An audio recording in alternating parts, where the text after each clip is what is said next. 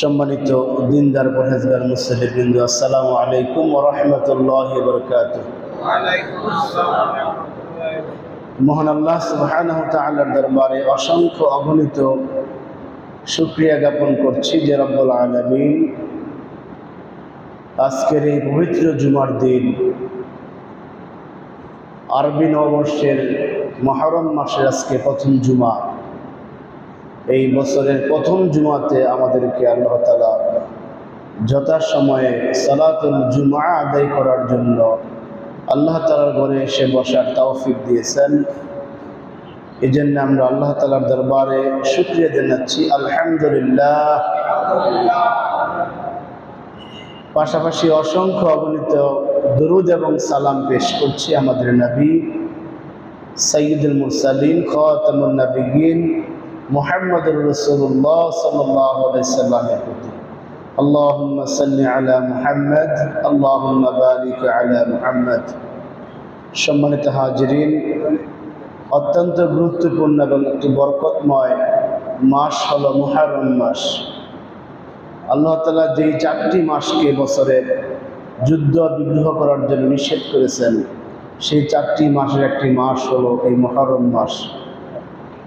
এই মাসের প্রথম জুমা আজকে, নিঃসন্দেহে এটা অত্যন্ত গুরুত্বপূর্ণ একটি দিবস। আমরা আজকে সেই দিবসে মহাগ্রন্থ আল কোরআনে কারীম থেকে ধারাবাহিক আলোচনার অংশ হিসাবে সূরা বনী ইসরাঈলের 44 থেকে 46 নম্বর আয়াতে কারিমা পর্যন্ত 3টি আয়াতে কারিমা তেলাওয়াত করেছি। সংক্ষিপ্ত সময়ের মধ্যে তেলাওয়াতকৃত আয়াতে কারিমা থেকে অতি সংক্ষিপ্ত আকারে কিছু কথা বলবো। আল্লাহ তাআলার নিকট দোয়া করছি তিনি যেন আমাকে বলার তৌফিক দিন। যারা আমরা শুনছি আমাদেরকে জন্য কোরআনের আলোকে আমাদের ব্যক্তি, পরিবার, সমাজ, রাষ্ট্রকে পরিচালনা করার তৌফিক দিন, বলুন আমিন। সম্মানিত হাজিরিন, গত কয়েক সপ্তাহ যাবৎ, বিশেষ করে গত সপ্তাহে আমরা আলোচনা করেছি মক্কার কাফের মুশরিকরা যারা আল্লাহর সাথে অংশীদারিত্ব স্থাপন করত তাদের ব্যাপারে। মক্কার কাফের মুশরিকরা একথা বিশ্বাস করত যে আল্লাহ একজন স্রষ্টা আছেন, এই গড়ের মালিক আল্লাহ, এই কুল কায়নাত আল্লাহ সৃষ্টি করেছেন। তাদেরকে প্রশ্ন করা হলে যে আসমানের স্রষ্টাকে, জমিনের স্রষ্টাকে, আমাদের স্রষ্টাকে, তখন তারা বলতো সায়াকুলুন আল্লাহ, তারা বলতো অবশ্যই আল্লাহ এই সব কিছু সৃষ্টি করেছেন। এইটুকু বিশ্বাস তাদের ছিল। কিন্তু পাশাপাশি আল্লাহর এই বিশ্বাসের সাথে এর একত্ববাদটা ছিল না, তাওহীদ বিশ্বাস ছিল না। আল্লাহ এক, অদ্বিতীয়, একক সত্তা তিনি, এইটা তারা মানতে রাজি না। তাদের সেই কুফরি, তাদের সেই শিরকি, এই বিষয়গুলি গত জুমাতে আমরা আলোচনা করেছি। আজকের আয়াতে কারিমাগুলির মধ্যেও আল্লাহ তাআলা আফসোস করে বলতেছেন যে মানুষগুলি আমি সৃষ্টি করেছি আমার দাসত্বের জন্য। আল্লাহ তাআলা পৃথিবীতে আমাদেরকে প্রেরণ করার পূর্বে সমস্ত মানুষের, এই মানুষগুলাকে পূর্ণ আকৃতি দিয়ে, যদিও এটা রোহের জগৎ ছিল, কিন্তু আপনার মধ্যে আমার মধ্যে সে আত্মা দিয়ে আমাকে আপনাকে পূর্ণ বুঝার ক্ষমতা দিয়ে, কোনটা ভালো, কোনটা মন্দ, কোনটা খারাপ, কোনটা উৎকৃষ্ট, কোনটা জান্নাতের পথ, কোনটা জাহান্নামের পথ, এরকম সব কিছু বুঝদার হিসাবে এখন যেরকম সব কিছু আমরা বুঝতেছি, এরকম রোহের মধ্যে আল্লাহ তাআলা সব জ্ঞান দিয়ে রোহের জগতে আমাদের সকলকে একত্রিত করে আল্লাহ তাআলা এই পৃথিবীতে আসার একটা উদ্দেশ্য আল্লাহ বলে দিয়েছিলেন। আলাস্তু বিরাব্বিকুম, এই কথার মাধ্যমে যে আমি কি তোমাদের রব নই, যে আমি কি তোমাদের স্রষ্টা নই, আমি কি পৃথিবীতে তোমাদের দাসত্ব পাওয়ার একমাত্র অধিকারী নই। আমার পক্ষ থেকে যে কোরআন যাবে, মুহাম্মদ সাল্লাল্লাহু আলাইহি সাল্লাম যাবে, সেই কোরআন কি তোমাদের একমাত্র জীবন বিধান নয়।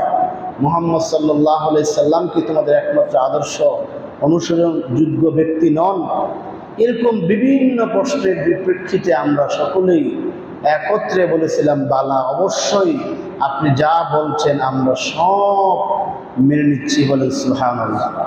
এই কথা বলে আমরা দুনিয়াতে আসলাম। আল্লাহ জানাই দিলেন ওয়ামা খালাকতুল জিন্না ওয়াল ইনসা ইল্লা লিয়াবুদুন, এই মানুষ এবং জিনগুলিকে আমি পৃথিবীতে প্রেরণ করেছি একটাই উদ্দেশ্য, তারা আমার দাসত্ব করবে, তারা আমাকে সিজদা করবে।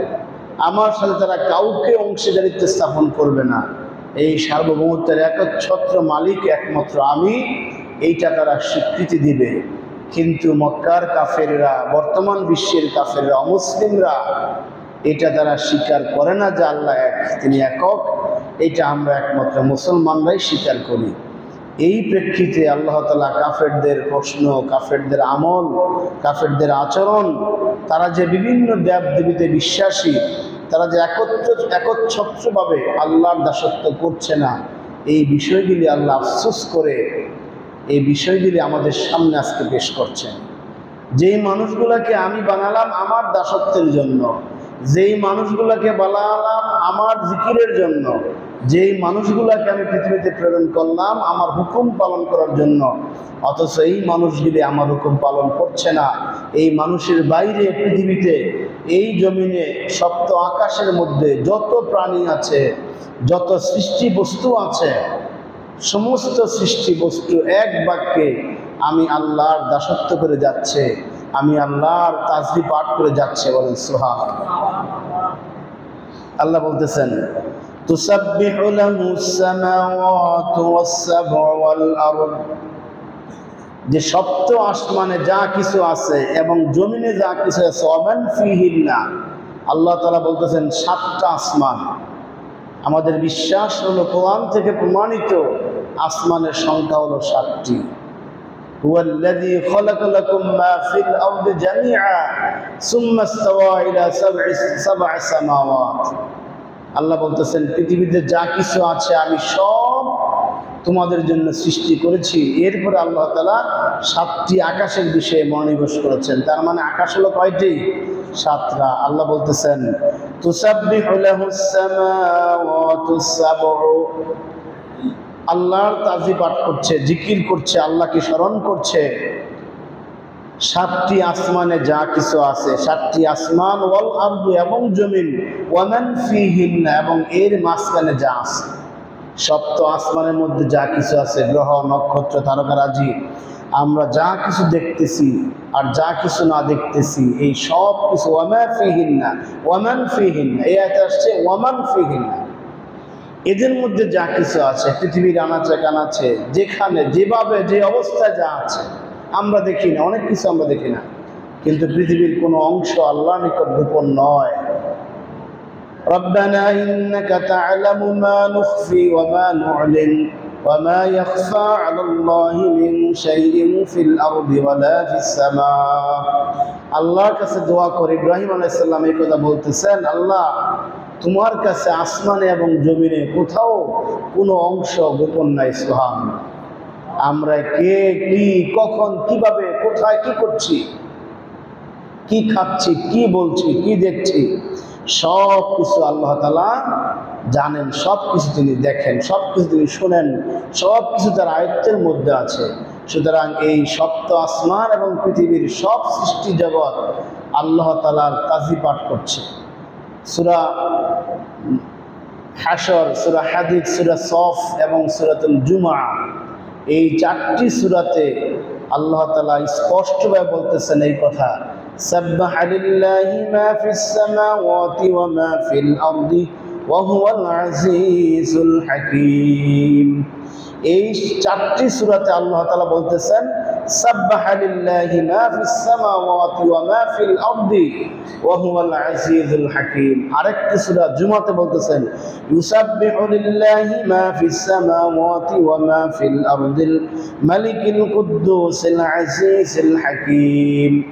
3 সূরাতে আল্লাহ তাআলা মাজির শব্দ ব্যবহার করেছেন সাব্বাহা, আর একটি সূরাতে আল্লাহ তাআলা ইউসাব্বিহু ব্যবহার করেছেন, আর এখানে তুসাব্বিহু ব্যবহার করেছেন। তার মানে মাজির সিগা হল অতীতকালীন শব্দ, যে সৃষ্টির শুরু থেকে, যেদিন আল্লাহ তাআলা আসমান সৃষ্টি করলেন, জমিন সৃষ্টি করলেন, পাহাড় পর্বত সৃষ্টি করলেন, গাছপালা সৃষ্টি করলেন, অর্থাৎ আল্লাহ তাআলা যেদিন যা সৃষ্টি করলেন, ওই সৃষ্টির শুরু থেকে এই সৃষ্টি বস্তু যা কিছু আছে সব কিছু সাব্বাহা, আল্লাহর প্রশংসা করছে, আল্লাহর জিকির করছে, আল্লাহর বিধান পালন করছে। বলেন সুবহানাল্লাহ। যাকে আল্লাহ যেই দায়িত্ব দিয়েছেন, যাকে আল্লাহ তাআলা যেখানে বসিয়েছেন, তারা প্রত্যেকেই তাদের নিজ নিজ আমল নিয়ে ব্যস্ত আছে। সম্মানিত হাজিরিন, আর ইউসাব্বিহু লিল্লাহি মা ফিস সামাওয়াতি ওয়া মা ফিল আরদি, আসমান এবং জমিনে যা কিছু আছে এই সব কিছু আল্লাহ তাআলার জিকির করছে, আল্লাহর তাসবিহ পাঠ করছে এবং কিয়ামত পর্যন্ত তারা করবে। বলেন সুবহানাল্লাহ। এই দুইটা শব্দ দুই রকম ব্যবহার করে আল্লাহ তাআলা এটাই বোঝাচ্ছেন যে বিশ্ব জাহানের যত সৃষ্টি জগৎ আছে, যত বস্তু আছে, প্রত্যেকটা সৃষ্টি জগৎ, প্রত্যেকটা বস্তু তারা তাদের ভাষায় এই ঘোষণা দিচ্ছেন যে তিনি তার লালন পালনকারী, তার দেখাশোনা করছেন। বলে সুবহানাল্লাহ।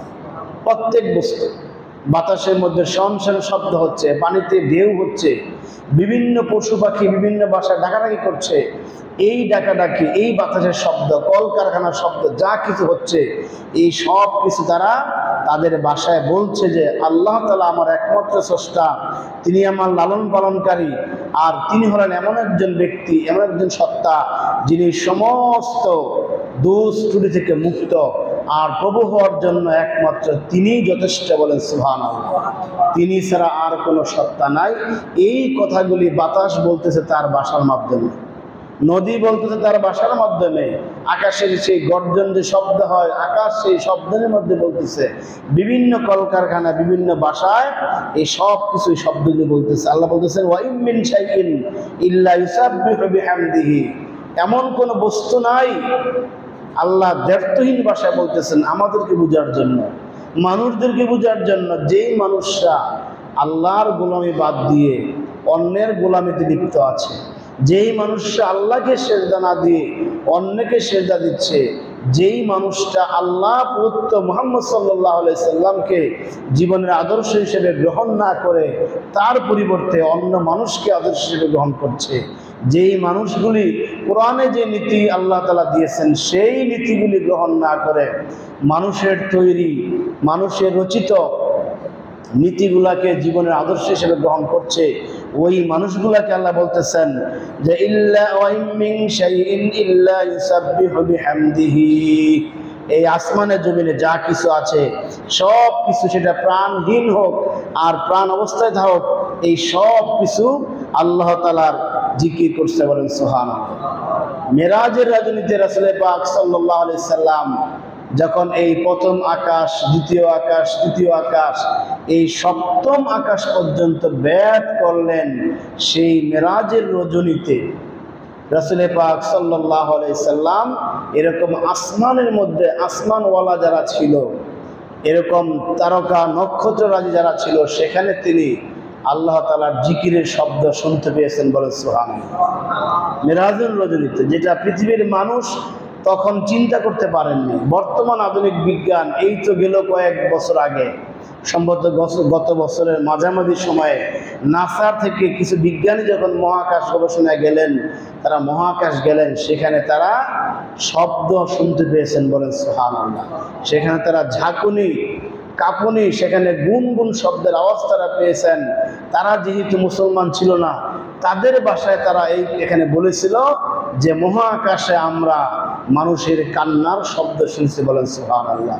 মহাকাশে আমরা অ্যাঞ্জেল, ফেরেশতা যে একটা জাতি আছে তাদের শব্দ আমরা শুনেছি। আজকে হাজার হাজার বছর পরে তারা এটা প্রমাণ করেছেন যে মহাকাশের মধ্যে যা কিছু আছে তারা আল্লাহর জিকির করছে। আল্লাহ তাআলা ১৫০০ বছর আগেই মক্কার কাফেরদের উদ্দেশ্য করে কিয়ামত পর্যন্ত সকল মানুষকে মেসেজটা দিলেন, যারা তোমরা আমি আল্লাহর দাসত্ব করছো না, শোনো তোমরা, সেটা হলো যে ওয়া মিন শাইইন ইল্লা ইউসাব্বিহু বিহামদিহি ওয়ালাকিন লা তাফকাহুনা তাসবিহাহুম, কিন্তু অবাক হওয়ার বিষয় হলো তোমরা তাদের ভাষা বুঝো না। বলে সুবহানাল্লাহ। একটা ব্যাঙ যখন ডাকে, রাসূল পাক সাল্লাল্লাহু আলাইহি সাল্লাম তিরমিজির হাদিসে আসছে, একটা ব্যাঙ যখন ডাকে তখন তার সেই ব্যাঙের ডাকটা আমরা শুধু ডাক শুনি, আসলে এটা ডাক নয়, সে আল্লাহর জিকির করে। বলে সুবহানাল্লাহ। ব্যাঙকে আল্লাহ তাআলা রাসূল সাল্লাল্লাহু আলাইহি ওয়াসাল্লাম মারতে নিষেধ করেছেন, তোমরা সেই ব্যাঙকে মেরো না, সেই ব্যাঙ আমি আল্লাহর জিকির করছে। বলে সুবহানাল্লাহ। সাহাবায়ে কেরামরা আবু বকর রাদিয়াল্লাহু তাআলা আনহু, উসমান রাদিয়াল্লাহু তাআলা আনহু, ওমর রাদিয়াল্লাহু তাআলা আনহু এবং আবু যর গিফারী রাদিয়াল্লাহু তাআলা আনহু, তাদের এই 4 জনের বর্ণনা বুখারী শরীফে আসছে, তারা এরকম মাটি থেকে একটা জীব, একটা জড় বস্তু পাথর হাতে নিলেন, কঙ্কর হাতে নিলেন, তারা হাতে নিয়ে কানের কাছে লাগিয়ে সেই পাথর থেকে কুদরতিভাবে তারা আল্লাহর জিকিরের শব্দ শুনেছেন, বলেন সুবহানাল্লাহ। অথচ আমরা মানুষ আল্লাহকে ভুলে গিয়েছি, ঠিক কিনা? আল্লাহকে আমরা ভুলে গেছি। রাসূল পাক সাল্লাল্লাহু আলাইহি সাল্লাম বলেছেন, তোমরা যে বাহনে চলছ, যেই বাহনে তোমরা চড়ে এক জায়গা থেকে আরেক জায়গায় যাচ্ছ, এই বাহনটাও আল্লাহর জিকির করে, বলেন সুবহানাল্লাহ। তিনি সাধারণত সেই আরব দেশের উট, ঘোড়া, গাধার কথা বলেছেন, যে এই বাহনটা হতে পারে সে একটা অবলা প্রাণী, তার ভাষাতে বুঝো না, কিন্তু হতে পারে এরকম যে এই গাধাটা, এই ঘোড়াটা, খচ্চরটা আল্লাহর জিকিরের দিক দিয়ে তোমার কাছ থেকে সে অনেকটা এগিয়ে আছে, বলে সুবহানাল্লাহ। তার মানে রাসূল পাক সাল্লাল্লাহু আলাইহি ওয়াসাল্লাম কথা বুঝাতে চেয়েছেন যে এই গাধাটাকে তুমি, এই ঘোড়াটাকে তুমি যা তা মনে করে যেভাবে সেভাবে তুমি তার ব্যবহার করবে না, কারণ সে তোমার চাইতে উত্তম হতে পারে আল্লাহর জিকিরকারীর মাধ্যমে, বলেন সুবহানাল্লাহ। এইভাবে আল্লাহ তাআলা প্রত্যেকটা বস্তু এই আল্লাহর জিকির করছে এই পৃথিবীতে, তাদের ভাষায় তারা জিকির করছে, আমরা সেগুলো বুঝতেছি না। গাছের লতা পাতা, গুল্ম, কাণ্ড, যা কিছু আছে, প্রত্যেকটা ডালা, প্রত্যেকটা পাতা আল্লাহর জিকির করছে, বলেন সুবহানাল্লাহ। বুখারী এবং মুসলিম শরীফে আসছে, রাসূল পাক সাল্লাল্লাহু আলাইহি সাল্লাম 2টা কবরের পাশ দিয়ে যাচ্ছিলেন। এই হাদিসটা অনেকে জানেন। 2টা কবরের পাশ দিয়ে যাওয়ার সময় তিনি সেই আল্লাহর বিশেষ মুজিজার কারণে রাসূল পাক সাল্লাল্লাহু আলাইহি সাল্লাম সেই কবরবাসীর অবস্থা জানতেন, সুবহানাল্লাহ। যখন কবরবাসীর অবস্থা কি তখন তিনি জানতেন, যে কোনো কবরের কাছে। হঠাৎ করে 2টা কবরের পাশ দিয়ে যাওয়ার পর তিনি সেই কবরের মধ্যে জাহান্নামের আযাব হচ্ছে লক্ষ্য করলেন, বলেন নাউযুবিল্লাহ। আর কি কারণ আযাব হচ্ছে? খুব বেশি বড় কারণ না। একজনের আযাব হচ্ছে তিনি প্রস্রাব পায়খানা করে ভালো করে পবিত্র হয় না, ঢিলা কোনো পানি ব্যবহার করে ভালো করে তাহারাত অর্জন করেন না, নাপাকি তার গায়ে, তার জামাতে লেগেই থাকে। এই কারণে তাকে আল্লাহ কবরের শাস্তি দিচ্ছেন, বলেন নাউযুবিল্লাহ। এই দোষটা কি অনেকের আছেন আমাদের মধ্যে? অনেকের আছে। দাঁড়িয়ে প্রস্রাব যারা করে তাদের মধ্যে এটা শতভাগ এই দোষটা থাকে। প্রস্রাব ছিটা ফুটা তার কাপড়ে আসে। আর যারা দাঁড়িয়ে প্রস্রাব করে তারা সাধারণত পানি বা কোনো ঢিলা ব্যবহার করে না। বখাটেরা, বাজে লোকেরা এই কামটা করে, যেটা আল্লাহ রাসূল সাল্লাল্লাহু আলাইহি ওয়াসাল্লাম হারাম করে ঘোষণা করেছেন, দাঁড়িয়ে প্রস্রাব করা। যারা এই কাজটা করে তারা কখনো পানি ইউজ করে না, কখনো তারা প্রস্রাবে তারা কুলুপ ব্যবহার করে না। এই সামান্য আমরা মনে করলেও এই কারণে একজন ব্যক্তির কবরে আযাব হচ্ছে।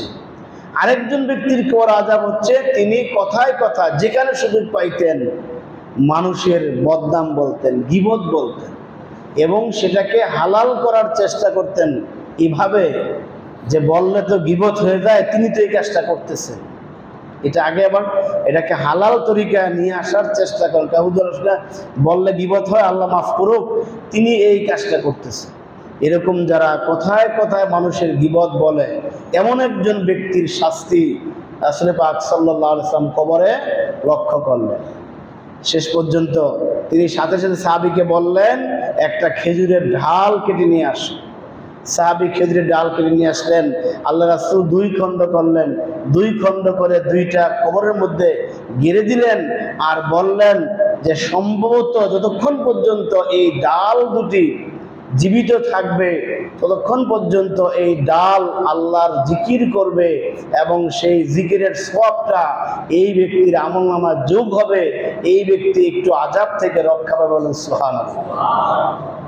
সুতরাং এই হাদিস প্রমাণ করে গাছের একটা ডালা যতক্ষণ পর্যন্ত তার মধ্যে প্রাণ থাকবে, আর্দ্রতা থাকবে, তার মধ্যে ভিজা ভিজা ভাব থাকবে, ততক্ষণ পর্যন্ত সে আল্লাহর জিকিরে লিপ্ত আছে, আল্লাহর তাসবিহে লিপ্ত আছে। এই কথাটাই আল্লাহ তাআলা এই সূরা বনী ইসরাঈলের 44 নম্বর আয়াতে আমাদের জন্য বলতেছেন যে তোমরা মানুষরা আমাকে ডাকছো না, আমার দাসত্ব পালন করছো না, অথচ একটা গাছের ডালা তাকে তার গাছ থেকে বিচ্ছিন্ন করার পরেও সে আমি আল্লাহকে ভুলে যায় না, বলেন সুবহানাল্লাহ। আল্লাহ তাআলা শেষে আয়াতের শেষ অংশে বলতেছেন, ইন্নাহু কানা হালিমান গফুরা, নিশ্চয়ই তিনি এমন একজন সত্তা যিনি চরম ধৈর্যশীল। সুবহানাল্লাহ। যেই মানুষটাকে আল্লাহ তাআলা পৃথিবীর আলো দিচ্ছেন, পৃথিবীর অক্সিজেন ব্যবহার করার সুযোগ দিচ্ছেন, পৃথিবীর নিয়াজ নিয়ামতগুলি ভোগ করার সুযোগ দিচ্ছেন, প্রতিটা মুহূর্ত আল্লাহ তাআলার করুণায় তার কাটতেছে। আল্লাহ তাআলা একটা মুহূর্তের জন্য তার প্রতি একটু অমনোযোগী হলে সে মারা যাইতে পারত। আল্লাহ তার প্রতি দয়া করেছেন। এই মানুষটা এত নাফরমানি করতেছে, আল্লাহর বিধান মানতেছে না, রসুলের বিধান মানতেছে না, আল্লাহর সাথে শরীক করছে, এই অবস্থায় আল্লাহ তাআলা তাকে 70 বছর, 80 বছর, 100 বছর ধরে এই পৃথিবীর আলো বাতাস, খাবার, রিজিক ভোগ করার সুযোগ তাকে দিচ্ছেন, ঠিক কিনা? এই জন্য বললেন তিনি হলেন চরম ধৈর্যশীল। কানা হালিমা, তিনি হলেন চরম ধৈর্যশীল। আর পরে হলেন গফুরা। এই মানুষটা যদি 100 বছর পর্যন্ত আল্লাহর নাফরমানি করে, শিরিক করে, বেদাত করে, তারপরেও যদি সে তওবার মাধ্যমে অন্যায় থেকে ফিরে আসে, তিনি হলেন গফুরা। বলেন সুবহানাল্লাহ। প্রথম তিনি ধৈর্য ধারণ করতেছেন, দেখি লোকটা ফিরে আসে কেন। একজন বেনামাজি, 50 বছর বয়স তার হয়ে গেছে, দাড়ি চুল অর্ধেক তার পেয়ে গেছে, এখনো সে নামাজ পড়ছে না, এখনো সে বন্দামি করে, এখনো সে বিভিন্ন অন্যায় কাজে লিপ্ত আছে। আল্লাহ তাআলা তাকে ছাড় দিচ্ছেন, দেখি সে ফিরে আসে কিনা, দেখি সে ফিরে আসে কিনা। শেষ পর্যন্ত যদি একেবারে ফিরে না আসে, তখন আল্লাহ তাআলাকে অনেককে আল্লাহ দুনিয়াতে ধরেন, অনেককে আল্লাহ তাআলা দুনিয়াতে ছেড়ে দিয়ে আখিরাতে আল্লাহ তাআলা ধরবেন। সম্মানিত হাজিরিন, এজন্য আল্লাহ হলেন গফুর আর রহিমা, তিনি চরম ধৈর্যশীল এবং তিনি ক্ষমাশীল। তার কাছে ক্ষমা চাইলেই তিনি ক্ষমা করেন। এই জন্য একজন মানুষ হিসাবে, রসুলের উম্মত হিসাবে, মুসলমান হিসাবে আমাদের প্রত্যেকের দায়িত্ব হবে, প্রত্যেকের কাজ হবে আল্লাহ তাআলার যে কোরআনের মাধ্যমে যে বিধানগুলি দিয়েছেন, সেই বিধানগুলি আমাদের জীবনে বাস্তবায়ন করা। মক্কার কাফেরদের উদ্দেশ্য করে আল্লাহ তাআলা এই আয়াতগুলি নাজিল করলেও কিয়ামত পর্যন্ত যত মানুষ পৃথিবীতে আসবে তাদের জন্য আল্লাহ তাআলার এই আয়াত, বিশেষ করে আমরা যারা মুসলমানরা আল্লাহর বিধান থেকে, আল্লাহর হুকুম হাকাম থেকে, রাসূল পাক সাল্লাল্লাহু আলাইহি সাল্লামের জীবন আদর্শ থেকে আমরা যারা গাফেল হয়ে আছি, আমাদের জন্য আল্লাহ তাআলার এই বিশেষ বার্তাগুলি বিশেষভাবে প্রযোজ্য। বলেন ঠিক কিনা?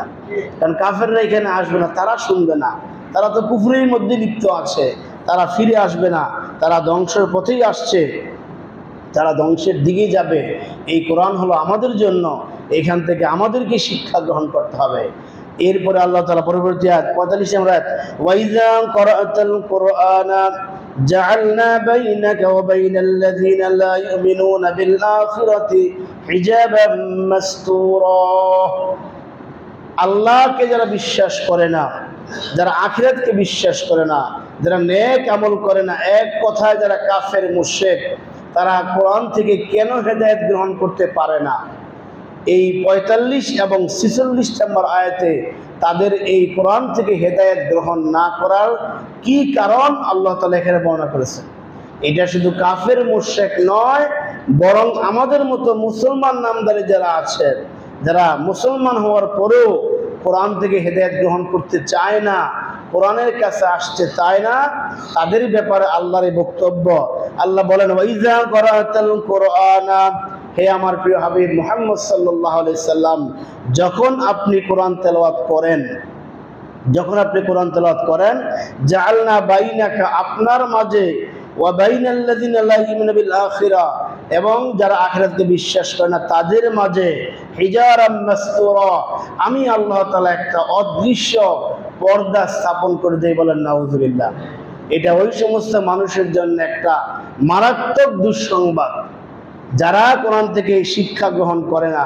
খতামাল্লাহু আলা কুলুবিহিম ওয়া আলা সামইহিম ওয়া আলা আবসারিহিম গিশাওয়া ওয়া লাহুম আযাবুন আযীম। আল্লাহ বলতেছেন, এই সমস্ত কাফেরদের অন্তরে আমি আল্লাহ তাআলা মোহর মেরে দিয়েছি, সীসা লাগিয়ে দিয়েছি। বলেন নাউযুবিল্লাহ।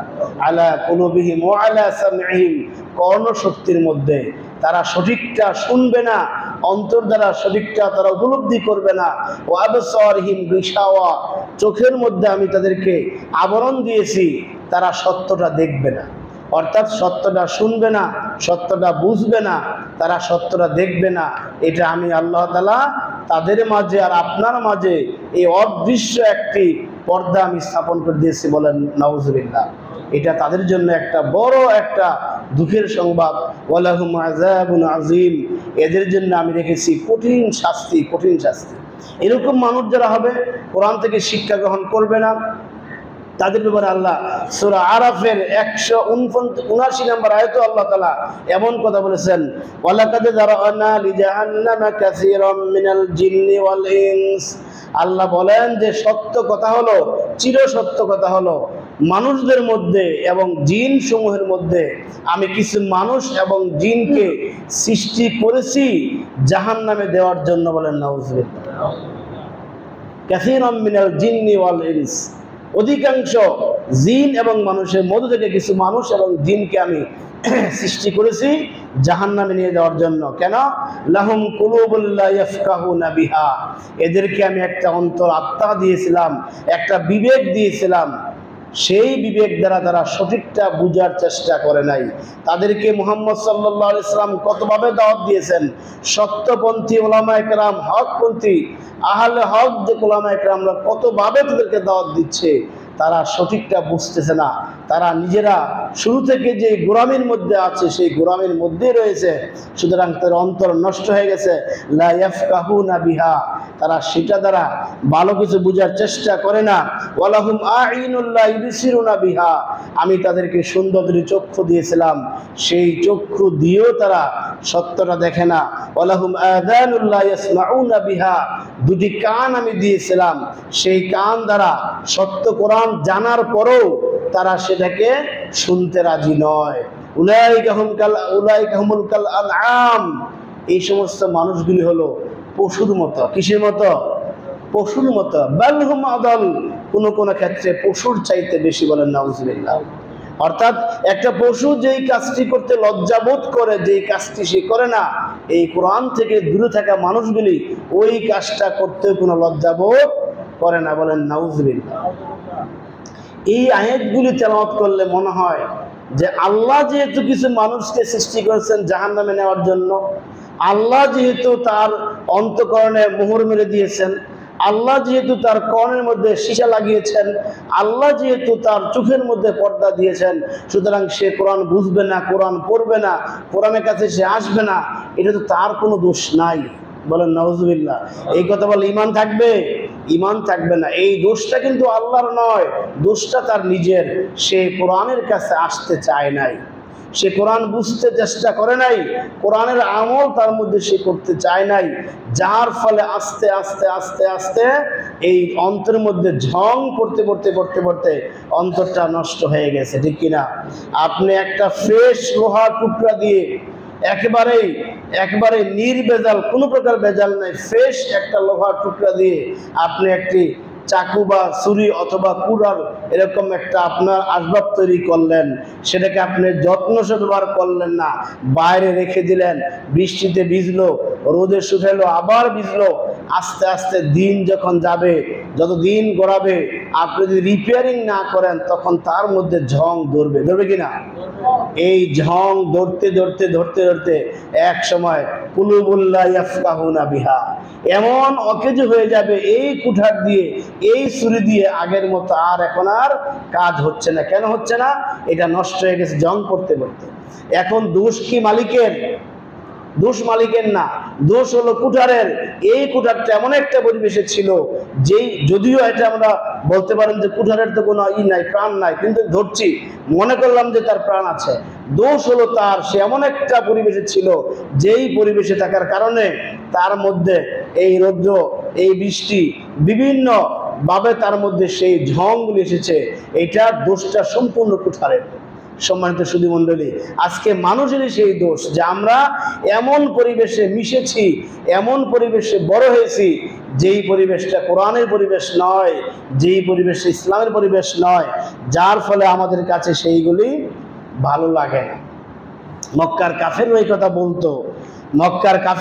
বলতো, ওয়াকালু কুলুবুনা ফি আকিন্নাহ মিম্মা তাদউনা ইলাইহি ওয়া আযানিনা ওয়াকরা। তারা বলতো, হে মুহাম্মদ, তুমি আমাদেরকে যতই ডাকো না কেন আমরা কিন্তু তোমার ডাকে সাড়া দিব না, এই কারণে যে আমাদের অন্তরের মধ্যে তালা লাগানো হয়েছে। বলেন নাউজুবিল্লাহ। নিজেরাই বলতো যে তুমি যতই ডাকাডাকি করো তোমার ডাকে কিন্তু আমরা সাড়া দিব না। অন্তরে কি আছে? অকর, তালা লাগানো আছে। অন্য আসছে ইহুদিরা বলতো অকলু কুলুবুনা গুলফ, যা আমাদের অন্তরটা আগে থেকেই এই সংরক্ষিত আছে, আচ্ছাদিত আছে, সুতরাং তোমার কোরআনের দাওয়াত আমাদের কানে আসবে না। এর বাস্তবতা হলো আমাদের মাধ্যমে আজকে দেখেন এই বাংলাদেশে কত ওলামায়ে কেরামরা মানুষকে দ্বীনের দিকে আহ্বান করতেছে। হাজার হাজার মসজিদে, হাজার হাজার মাদ্রাসা বিভিন্নভাবে এই মানুষকে দ্বীনের দিকে আহ্বান করতেছে। প্রকৃত অর্থে মানুষ কিন্তু দ্বীনের দিকে আসে নাই, কিছু সংখ্যক ছাড়া বেশিরভাগ মানুষ হলো এই দিন থেকে দূরে সরে আছে। কারণ অব্যাহতভাবে মানুষগুলি অন্যায় করার কারণে এদের মাঝে পর্দা পড়ে গেছে কোরআন এবং এদের মাঝে।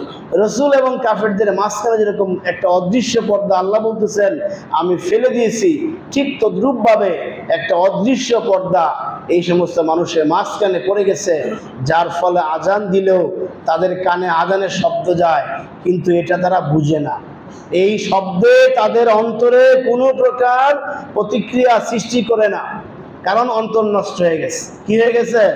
অন্তর নষ্ট হয়ে গেছে। আজান যিনি দিলেন তার কোনো দোষ নাই, তার দোষ আছে নাকি? না।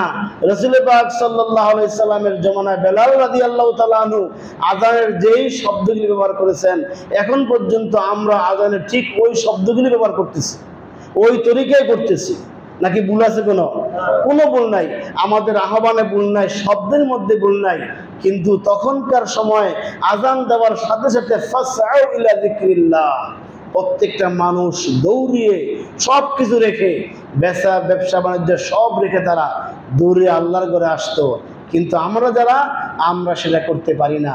তার মানে আজানের দোষ নয়, শব্দ চয়নের দোষ নয়, দোষ হলো আমাদের প্রত্যেক মানুষের, যাদের অন্তরের মধ্যে আল্লাহ তাআলা যে মহব্বত দিয়েছিলেন আজানের প্রতি, যেই পাসওয়ার্ডটা তাদের অন্তরে ছিল, এটা মুছে গেছে।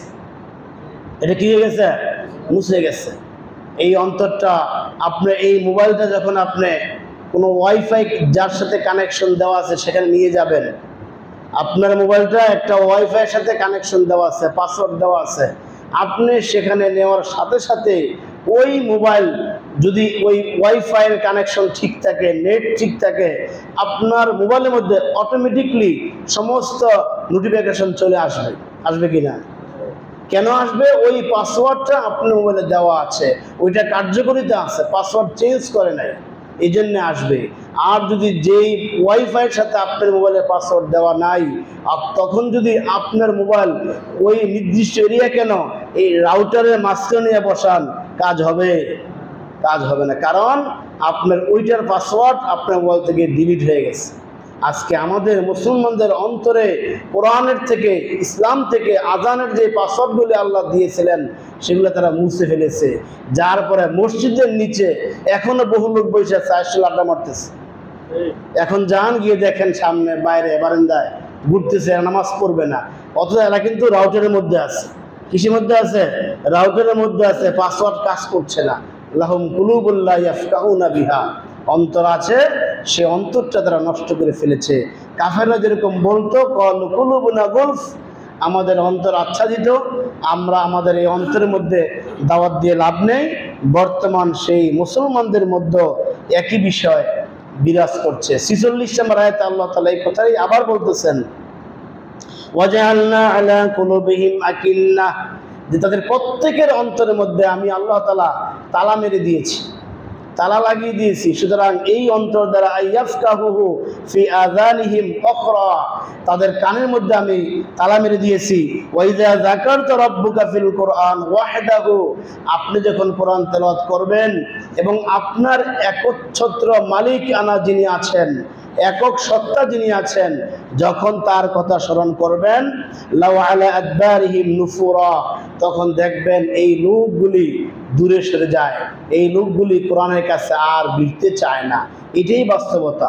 যাদের অন্তর নষ্ট হয়ে গেছে, আপনি তাকে কোরআনের যেভাবে দাওয়াত দেন না কেন, যত কথাই তাকে বলেন না কেন, এই কোরআন থেকে সে ভালোটা শিক্ষা গ্রহণ করবে না। তার অন্তরে আগে থেকে যেটা সেট আপ করা আছে ওটাকে সে নিয়ে বারবারে ঘুরে ফিরে ওটাকে নিয়ে সে লালন করবে। এটা একবারে আপনি কোরআন তার বুকে জড়াই দিলেও সে এই কোরআনকে তার জীবনে সে মেনে নিবে না, বরং সে আস্তে আস্তে দূরে সরে যাবে। আপনারা, আমি গত জুমার আগের জন্য বলেছিলাম, মুনাফেক সর্দার আব্দুল্লাহ ইবনে উবাইয়ের নাম শুনেছেন। মদিনার মুনাফেক সর্দার তিনি ছিলেন, ঠিক না? নাম শুনছেন, সকলেই তার ইতিহাস জানেন। তিনি কিন্তু রাসূল পাক সাল্লাল্লাহু আলাইহি সাল্লামের খুব কাছে ছিলেন। লম্বা জামা, লম্বা দাড়ি, এরকম সাদা পাগড়ি টুপি সব তার মধ্যে ছিল। একেবারে রাসূল পাক সাল্লাল্লাহু আলাইহি ওয়াসাল্লাম যেখানে নামাজ পড়েছেন তার পাশে দাঁড়াইতেন, পিছনে। একেবারে কাছের মুসল্লি ছিলেন, রেগুলার রাসূলের সাথে ছিলেন, তার ভালোবাসা পাওয়ার চেষ্টা করেছিলেন। কিন্তু তার অন্তরে ছিল এই কোরআনকে সে মেনে নিতে পারবে না, রসুলকে সে মেনে নিতে পারবে না। সে এই মদিনার নেতৃত্ব সে আসবে, এই মদিনাকে সে চালাবে, তার মন মতো এই কোরআনকে সে মানতে পারে নাই। যার ফলে সেও এই কোরআন থেকে দূরে সরে গিয়ে এই মুনাফিকদের আওতায় তার নামগুলি লিখে ফেললাম। কিয়ামত পর্যন্ত সে মুনাফিক হিসাবেই খ্যাত হবে। তার নাম নিয়ে কেউ রাদিয়াল্লাহু তাআলা আনহু বলবে না। কি আপনারা বলবেন? কেউ বলবে না, কারণ সে কোরআনটাকে গ্রহণ করতে পারে নাই, সে কোরআন থেকে দূরে সরে গেছে। অথচ রাসূল পাক সাল্লাল্লাহু আলাইহি ওয়াসাল্লামের কাছে ছিলেন, নামাজি ছিলেন, আল্লাহওয়ালা ছিলেন, মানুষকে দেখাবার জন্য এরকম অনেক ভালো কাজ তিনি করেছেন। কিন্তু এই কোরআন থেকে দূরে সরার কারণে, এই কোরআন থেকে কোরআনকে না মানার কারণে এই মানুষগুলি আল্লাহ থেকে দূরে সরে গেছে।